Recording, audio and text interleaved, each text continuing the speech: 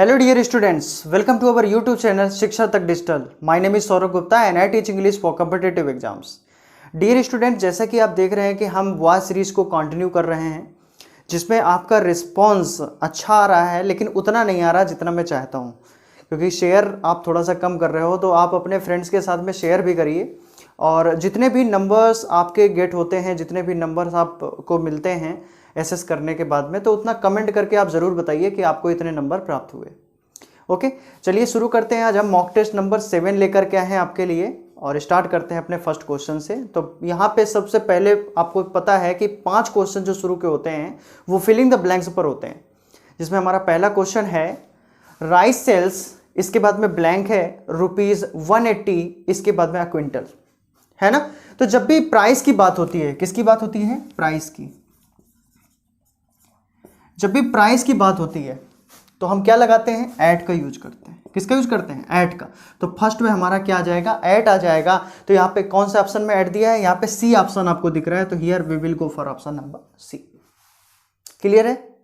आगे चलिए, second number question पे लिखा हुआ ही वॉज इल, इसके बाद में Monday to Friday. Monday to Friday, यही तो बोल रहे हैं। आपको एक चीज क्लियर होगी, मैंने पहले भी बताया है, ये सेकंड नंबर क्वेश्चन की हम बात कर रहे हैं कि फ्रॉम जो होता है वो किसको फॉलो करता है? टू को। और बिटवीन जो होता है वो किसको फॉलो करता है? एंड को। और बोथ जो होता है वो भी किसको फॉलो करता है? एंड को। बताया है ना। तो यहां पे देखिए ही वॉज इल, और इसके बाद में फ्रॉम आना चाहिए मंडे टू फ्राइडे। कौन सा ऑप्शन? D option. तो यहां पे हमारा सेकंड का कौन सा ऑप्शन आ जाएगा? डी ऑप्शन आ जाएगा। क्लियर है ना। आगे चलिए नेक्स्ट क्वेश्चन पे आते हैं, थर्ड नंबर पे। फिर एक क्वेश्चन है, बहुत अच्छा क्वेश्चन है बेटा, देखिए क्या आंसर होगा इसका। थर्ड नंबर में हमारा देखिए डाइड लिखा हुआ है ना। ही डाइड, इसके बाद में ओवर ईटिंग लिखा है। मैंने बताया था कि एक वीडियो में बनाऊंगा जिसमें डाइड के साथ में कई प्रीपोजिशन का यूज करते हैं, वो वीडियो मैं जल्द ही आपके लिए लेकर के आऊंगा, तो जिससे डाइड के साथ क्या प्रीपोजिशन हो जाएगा वो आपको क्लियर हो जाएगा। आप देखिए किसी भी बीमारी के कारण किसी की मृत्यु होती है, यानी इलनेस, है ना। बीमारी के कारण अगर किसी की डेथ होती है तो फिर वहां पे हमारा क्या आता है? डाइड ऑफ आता है। क्या आता है? Died of.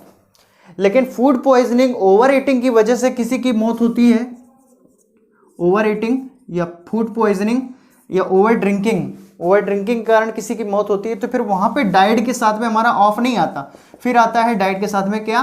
फ्रॉम। डाइट के साथ फ्रॉम आ जाता है। तो यहाँ पे देखिए हमारा ही डाइट, इसका ब्लैंक है, ओवर ईटिंग लिखा हुआ है, तो यहाँ पे फ्रॉम आएगा, है ना। तो ऑप्शन नंबर डी आपको दिख रहा है, तो यहाँ पे डी ऑप्शन हमारा करेक्ट हो जाएगा। आगे नेक्स्ट क्वेश्चन पे आते हैं। नेक्स्ट क्वेश्चन फिर एक फिलिंग द ब्लैंक्स दिया हुआ है, और ये आपका है मुहावरा, यानी प्रोवर्ब। अब प्रोवर्ब है ड्रॉइंग लिखा हुआ है, मैन कैचेस अ स्ट्रॉ, तो इसका मतलब होता है डूबते को तिनके का सहारा। तो अ ड्रॉइंग होता है, तो यहाँ पे आ लग जाएगा, और DROWNING, है ना। तो अ ड्रॉइंग हो जाएगा और सेंटेंस हमारा करेक्ट हो जाएगा। इसके बाद में आगे आते हैं नेक्स्ट फिफ्थ नंबर क्वेश्चन पे, जो कि लास्ट हमारा फिलिंग द ब्लैंक है, और लिखा हुआ है शी सेड दैट शी। अब सेड लग गया, क्या लग गया? सेड। जब सेड लग गया और ब्रैकेट टूट जाता है तो फिर वो विल नहीं रह जाता, क्या हो जाता है? वुड हो जाता है ना। तो यहाँ पे देखिए she said that she will होगा, कुड होगा, या फिर मे होगा, या फिर कैन होगा। तो she said that she would do it, या फिर अब यहाँ पे वुड तो है नहीं, तो यहाँ पर क्या है? कुड है। अब कुड दिया है तो हम यहाँ पे कुड कर देंगे। भाई वुड होता तो वुड कर देते, कुड है तो कुड कर देंगे, क्योंकि वुड नहीं है। क्लियर? तो यहाँ पे बी फॉर बेबी हमारा करेक्ट है।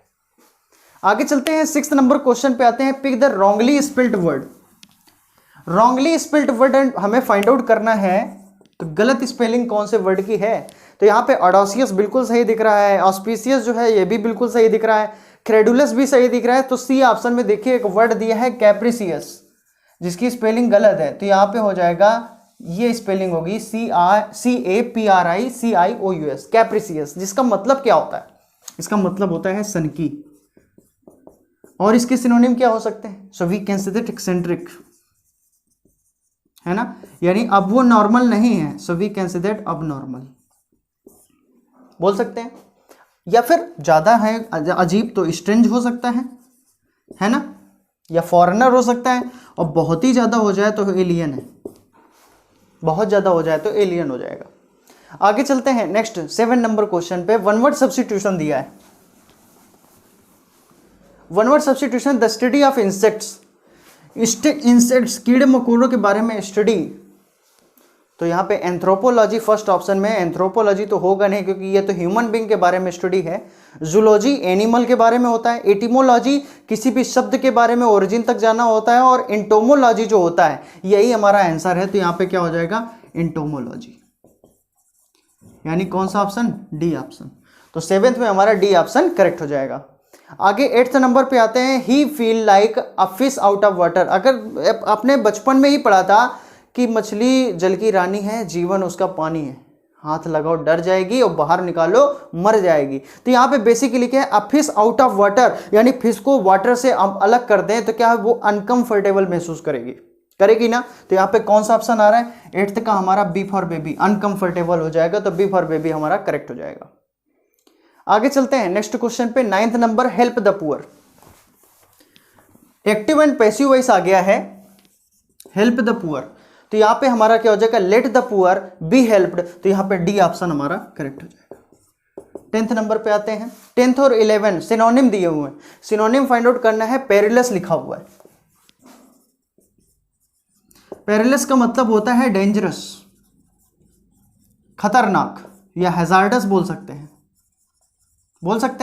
और we can say that fatal, या we can say that lethal, और we can say that deadly, है ना। ये सब इसके सिनोनिम होंगे। तो यहाँ पे देखिए हैजार्डस दिया है ए ऑप्शन में, तो यहाँ पे हमारा ए ऑप्शन 10th का सही हो जाएगा। इसके बाद में 11th नंबर पे आते हैं। एरोडाइट लिखा हुआ है, 11th नंबर में एरोडाइट लिखा हुआ है। एरोडाइट का मतलब क्या होता है, जो पर्सन बहुत ही ज्यादा बुद्धिमान है। तो वाइज, इंटेलिजेंट, है ना, वाइज, इंटेलिजेंट, या सेगासियस, एक्यूमेन, शार्प, है ना। बहुत ज़्यादा इसके सिनोनिम लगे, मैं तो लिख भी नहीं पा रहा हूँ, इतने ज़्यादा वर्ड हैं। तो कम से कम 15-20 वर्ड इसके हो सकते हैं, लेकिन जल्दी खत्म करना है वीडियो को। तो एरोडाइट का मतलब यहाँ पे हमारा स्कॉलरली आ जाएगा, स्कॉलरशिप से बना। तो यहाँ पे डी ऑप्शन हमारा करेक्ट हो जाएगा। ओके, आगे चलते हैं नेक्स्ट। 12th नंबर पे विजार्ड लिखा हुआ है, जिसका हमें फेमिनाइन चाहिए। तो विजार्ड का मतलब तांत्रिक होता है, जिसका फेमिनाइन हमारा विच होता है। तो यहाँ पे WITCH हो जाएगा, जो कि ऑप्शन नंबर डी में दिया गया है। 13 नंबर पे आते हैं। लिखा हुआ है blood, find the adjective. Adjective find out करना है, तो ब्लड का एडजेक्टिव जो होता है वो ब्लडी है, ब्लडी हो जाएगा। आगे चलते हैं नेक्स्ट। 14 नंबर पे नरेशन दिया है, बहुत अच्छा क्वेश्चन है और ट्रिक आपको इसकी आनी चाहिए, कैसे इसे सॉल्व करना है। Sonia said to me I will do it now or never. सबसे पहले तो ये देखिए कि नाउ को देन में बदलते हैं और नेवर नेवर रहता है, तो देन और नेवर होना चाहिए। तो देखिए ऑप्शन में हमारा पहला ऑप्शन तो गलत हो जाएगा क्योंकि उसमें नाउ दिया है। सेकेंड ऑप्शन में देख लेते हैं, तो सोनिया टोल्ड मी, ये तो बिल्कुल ठीक है। दैट भी लग गया। आई फर्स्ट पर्सन सब्जेक्ट के अनुसार सी हो जाएगा। वुड डू इट देन और नेवर, बिल्कुल सही लग रहा है। तो यहाँ पे हमारा जो आंसर होगा वो बी फॉर बेबी, और इसके साथ में कोई हो सकता है, सोनिया टोल्ड हो गया, टोल्ड टू हो गया, ये नहीं हो गया, बी फॉर बेबी ही सही है। तो 14 का बी फॉर बेबी सही हो जाए। क्यों सही हुआ अभी मैंने आपको बताया। ओके, इसके बाद में नेक्स्ट आते हैं 15 नंबर। हाँ, एरर्स आ गए हैं, बहुत अच्छे क्वेश्चंस हैं। एरर्स में लिखा हुआ है the strain of all the difficulties and vexations and anxieties are more than. तो यहाँ पे सेंटेंस का सब्जेक्ट क्या है, सब्जेक्ट है द स्ट्रेन, सब्जेक्ट क्या है द स्ट्रेन, और इसके अकॉर्डिंग हमारी वर्ब सिंगुलर होनी चाहिए।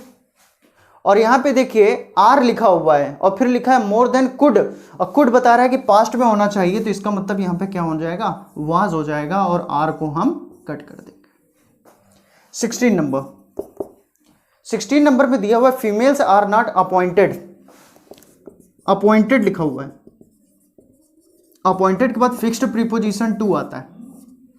तो यहाँ पे इन लगा हुआ है जो कि गलत है, तो इन आर कॉलेज नहीं, टू आर कॉलेज हो जाएगा। ओके, आगे 17 नंबर पे आते हैं। मोनोटोनस, मोनोटोनस का मतलब क्या होता है और हमें फाइंड आउट करना है एंटोनिम। तो मोनोटोनस लिखा है, बहुत अच्छा वर्ड है मोनोटोनस। मोनोटोनस का मतलब होता है कोई भी चीज जो है इंटरेस्टिंग नहीं है, so we can say that uninteresting. ठीक है, we can say that uninteresting, कोई भी चीज इंटरेस्टिंग नहीं है। इसका मतलब डल है, डिम है ना, या फिर लैक ऑफ इंटरेस्ट है। तो यहां पे बेसिकली अगर हम इसके आंसर पे जाएंगे तो यहां पे अपोजिट फाइंड आउट करना है, तो सी ऑप्शन आ जाएगा इंटरेस्टिंग। तो we can say that interesting, तो सी ऑप्शन हमारा करेक्ट हो जाएगा। अब इसके बाद में आते हैं नेक्स्ट, पैसेज दिया है और पैसेज को सॉल्व करने के लिए मैंने सबसे अच्छा तरीका आपको बताया कि सबसे पहले आप क्वेश्चन देख जाइए, इसके बाद में आप पैसेज पर आइए। तो चलिए पहले क्वेश्चन देख लेते हैं। क्वेश्चन में लिखा हुआ है 18 number, the decision of the consumers to buy an exhaust fan would depend on their, इसके बारे में पूछा गया। इसके बाद the installation of exhaust fan with high service value should be, इसके बारे में पूछा गया। इसके बाद में लास्ट क्वेश्चन हमारा दिया है कन्फर्म मीन्स, कन्फर्म का मतलब क्या होता है। तो वैसे बेसिकली आपको पता है, लेकिन पैसेज में उसका क्या अर्थ है ये देखना पड़ेगा। चलिए पैसेज पढ़ लेते हैं। लिखा हुआ है the bureau of Indian standards, ये हमारा BIS का जो है फुल फॉर्म होता है।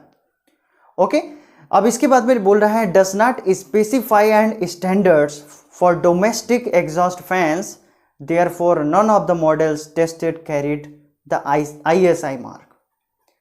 इसके बाद में CERS tested the exhaust fans for power leakage, insulation resistance, earthing, continuity electrical input and protection against direct current. All of them were found to conform to satisfy requirements for commercial or industrial purpose. Ventilating fans set by the BIS. Usually, exhaust fans are fitted with an external guard, grill or mesh. Such guards are useful to prevent accidental contact with moving parts of the fan. The test revealed that though all the molested conform to the safety test, their air delivers and electricity consumption differed widely and hence their service value also varied. Consumers should make a conscious decision depending on their need. For small spaces, an exhaust fan with high service value would be best because such a fan will give you sufficient air delivery with low energy cost. But for bigger spaces, perhaps you would not like to compromise with the air delivery of the fan, even if adds a little more to your energy bill. ये हमारा passage था। अब इस passage के according अब हमें answer बताने हैं, तो चलिए आंसर की ओर चलते हैं। तो देखिए हमारा जो क्वेश्चन दिया है 18 नंबर पे दिया गया है the decision of the consumer to buy an exhaust fan would depend on their. तो किस पे डिपेंड करता है, रिक्वायरमेंट पे डिपेंड करता है ना। तो यहाँ पे सी ऑप्शन 18 का हमारा करेक्ट हो जाएगा। तो 18 में हमारा आ जाएगा सी ऑप्शन। 19 नंबर, 19 पे आते हैं। 19 में हमारा क्या दिया है the installation of exhaust fan with high service value should B. तो यहाँ पे क्या हो जाएगा डिलीवरी ऑफ एयर ओरिएंटेड, ये थर्ड पैसेज पे आपको देखने को मिला। तो यहाँ पे हमारा थर्ड स्टैंजा पे देखने को मिला था, सी ऑप्शन हमारा करेक्ट है। एक बार फिर से बैक करके पैसेज देखिएगा, क्लियर हो जाएगा। 20 नंबर पे आते हैं। 20 नंबर पे लिखा हुआ है कन्फर्म मीन्स, कन्फर्म का मतलब क्या होता है। तो इसका मतलब टू ऑथेंटिकेट होता है। तो यहाँ पे बी ऑप्शन हमारा करेक्ट है। ये रहा हमारा पैसेज, ये हमारा मॉक टेस्ट जिसको आपने सॉल्व किया, mock test number 7। I hope ये पूरी तरह से समझ में आया होगा। इसके बाद में आपने एसेस किया होगा कि आपने कितने क्वेश्चन सही किए हैं, और जितने भी क्वेश्चन सही किए एक बार कमेंट करके उसको ज़रूर बताएं। और ये सीरीज कंटिन्यू रहेगी जब तक कि आपका एग्जाम ना हो जाए। So this is all for today, और नेक्स्ट वीडियो पे मिलते हैं कुछ और नई प्रैक्टिस के साथ में। जय हिंद।